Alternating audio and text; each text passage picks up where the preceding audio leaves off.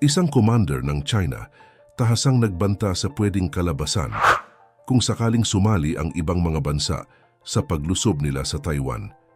Ito ang ating aalamin sa ating video ngayon. Ang relasyon ng China at Taiwan ay nalalapit na sa kritikal na posisyon kung saan nagbanta na ang China na sila ay aatake anumang oras.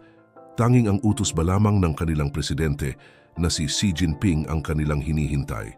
Kung magkataon nga na magkaroon ng matinding digmaan ang dalawang bansa, tiyak na maraming bansa ang kakampi sa Taiwan. Ito ang binantaan ng isa sa commander ng Chinese Army sa kanyang pagtitipon. Sinabi niya na handa silang kalabanin ang sinumang bansa na tutulong sa Taiwan at ibibigay ang nararapat na tugon sa mga aksyon na pwedeng gawin sa kanila.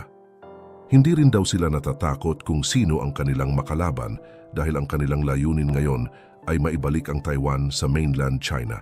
Ang pagkahalal kay Taiwanese President Lai Ching-te ay pagpapatunay na tila malabo na nga mangyari ang sinasabi ng China na maibalik ang Taiwan sa kanilang nasasakupan. Si Lai Ching-te ay mortal na kalaban ng Beijing at nanindigan na hindi na sila muli pang babalik sa China. Gayunpaman, gagawin ng China ang lahat upang mabawi ang Taiwan kahit pa nga umabot ito sa marahas na paraan. Sa kanyang talumpati sa Shangri-La Dialogue sa Singapore, ang Ministry of Defense ng China na si Dong Jun ay nagbigay ng matinding babala sa mga nagsusulong ng kalayaan para sa Taiwan. Binigyang diin niya na ang anumang pagplaplano ng ibang bansa para makisali sa pinaglalaban ng Taiwan. Nagbanta rin siya na dapat handa rin ang ibang bansa na sagutin ang matinding kahihinatnan at ganti ng China. Inakusahan ni Dong ang mga bansa na nakikisali sa gulo at naguudyok ng isang mapanganib na sitwasyon sa isla na binibigyang diin ang paninindigan ng Beijing sa isyu. Ang paninindigan ng Beijing sa Taiwan ay nakaugat sa pananaw nito sa isla bilang mahalagang bahagi ng China sa kabila ng demokratikong pamamahala. Patuloy na iginiit ng gobyerno ng China ang pangako nito sa pagkamit ng mapayapang pag-iisa sa Taiwan. Ayon sa kanila, dapat sumunod ang Taiwan sa One China Policy. Ang mga pahayag ni Dong ay naglalayong ihatid ang mensahe na ang anumang pagtatangka pilitin ang kalayaan para sa Taiwan ay magiging walang saysay at mahaharap sa matinding pagtutol mula sa China. Ito ay maaring ngang humantong sa digmaan. Sa pamamagitan ng babala laban sa mga aktibidad ng separatista at pagbibigay diin sa makasaysayang kahalagahan ng pagpapanatili ng pagkakaisa ng mga Chinese, ang talumpati ni Dong ay naghahatid ng hindi makatarungan na posisyon ng Beijing sa tanong ng Taiwan. Sa kanyang pahayag, inakusahan ng Chinese Defense Minister ang naghaharing Democratic Progressive Party sa Taiwan ng unti-unting pagtutulak ng paghihiwalay sa China.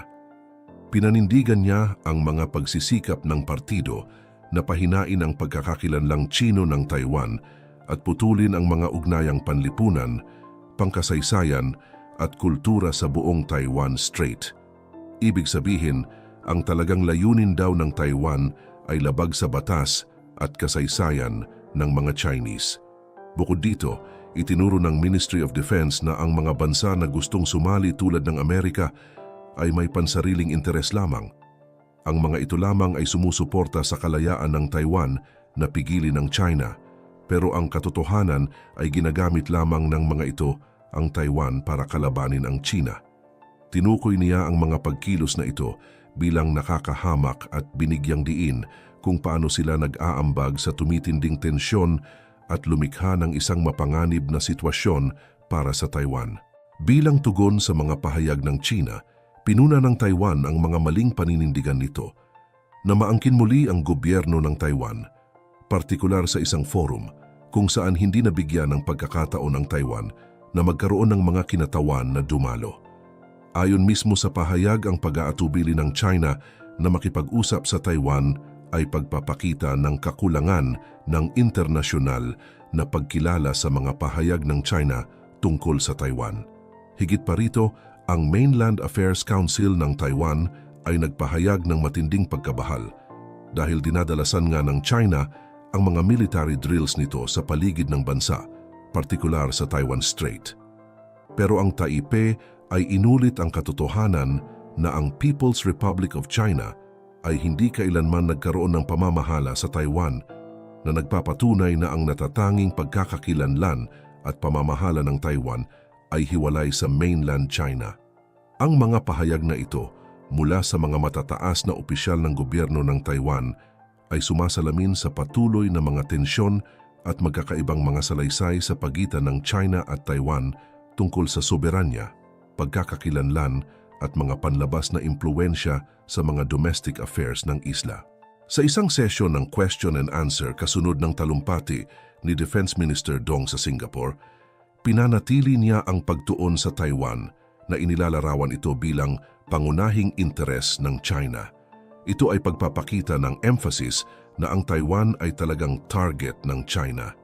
Tinugunan din ng talumpati ni Dong ang South China Sea, isang rehiyon na lalong naging punto ng pagtatalo sa Asia-Pacific.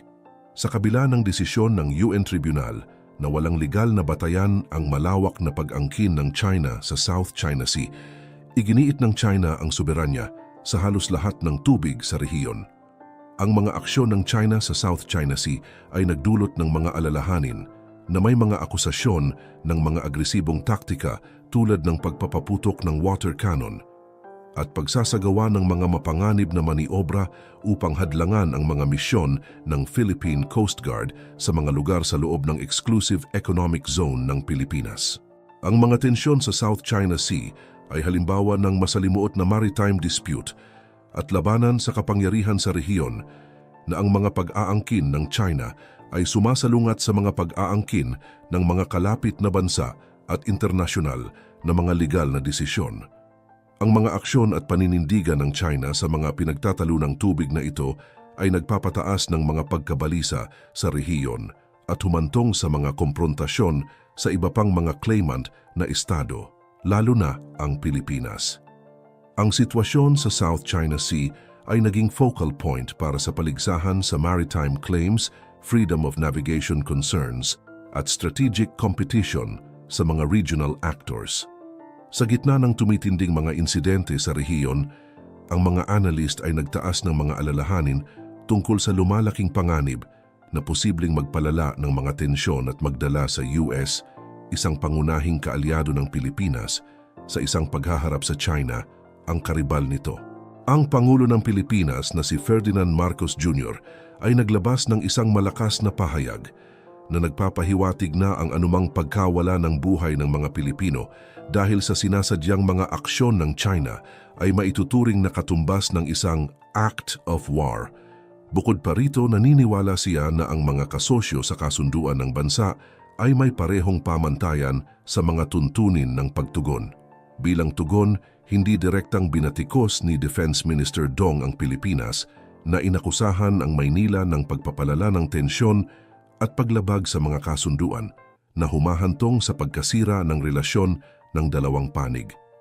Nang hindi tahasang pinangalanan ng Pilipinas, ipinahiwatig ni Dong na ang ilang mga aksyon ng isang partikular na bansa na sinasabing pinalakas ng mga panlabas na impluensya ay nakagambala sa mga kasunduan na sangkot sa mga provokasyon at gumawa ng mga mapanlinlang na salaysay upang iligaw ang publiko.